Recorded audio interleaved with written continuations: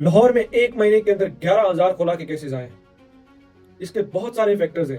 معاشرہ کولیپس کر رہا ہے، لیکن اس کے بہت سارے فیکٹرز ہیں۔ ایک جو مین اس کا جو فیکٹر ہے، جو سبب ہے، جو کوئی نہیں ڈسکس کرتا، وہ ہے مہنگائی۔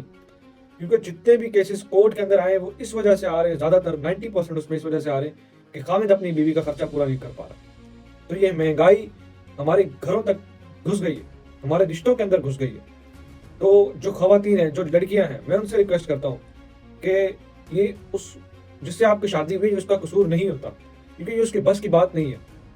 وہ بیچارہ اپنی پوری کوشش کرتا ہے، اپنی پوری محنت کرتا ہے، لیکن اس کے باوجود بھی ملک کے حالات اس طرح ہیں کہ اس کو وہ نہیں مل پاتا جس کے وہ ڈیزائریبل ہوتا ہے، اور وہ ان خواتین تک، اپنی بیویوں تک نہیں پہنچا سکتا۔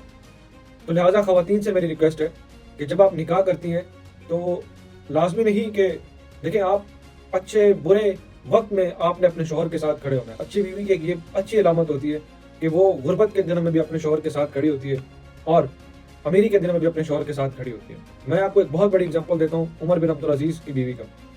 عمر بن عبدالعزیز بادشاہ بننے سے پہلے ان کے بارے میں آتا ہے کہ اونٹ سونے سے لدے ہوئے تجارت کیا کرتے تھے، لیکن جب وہ بادشاہ بنے تو ان کے پاس کھانے کے 2 وقت کھانے کے لیے روٹی ان کے پاس نہیں تھی۔ انہوں نے اپنی بیوی سے کہا کہ میں اپنے تمام حقوق تمہیں معاف کرتا ہوں، اگر تم نہیں معاف کر سکتی تو خوشی خوشی میں تمہیں کہتا ہوں اگر تم جانا چاہتی ہو تو تم مجھے چھوڑ کے جا سکتی ہو۔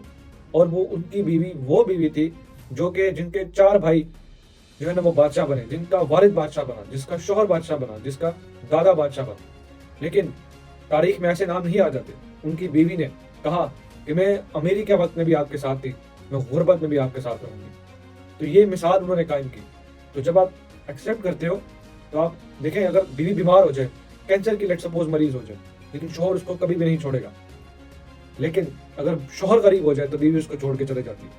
تو یہ رویے بھی ہمیں خود بھی بدلنے ہوں گے، اور اس کے ساتھ ساتھ ہمیں اس کے لیے بھی آواز اٹھانی ہے کہ مہنگائی کو کم کیا جائے، آمدن کو بڑھایا جائے۔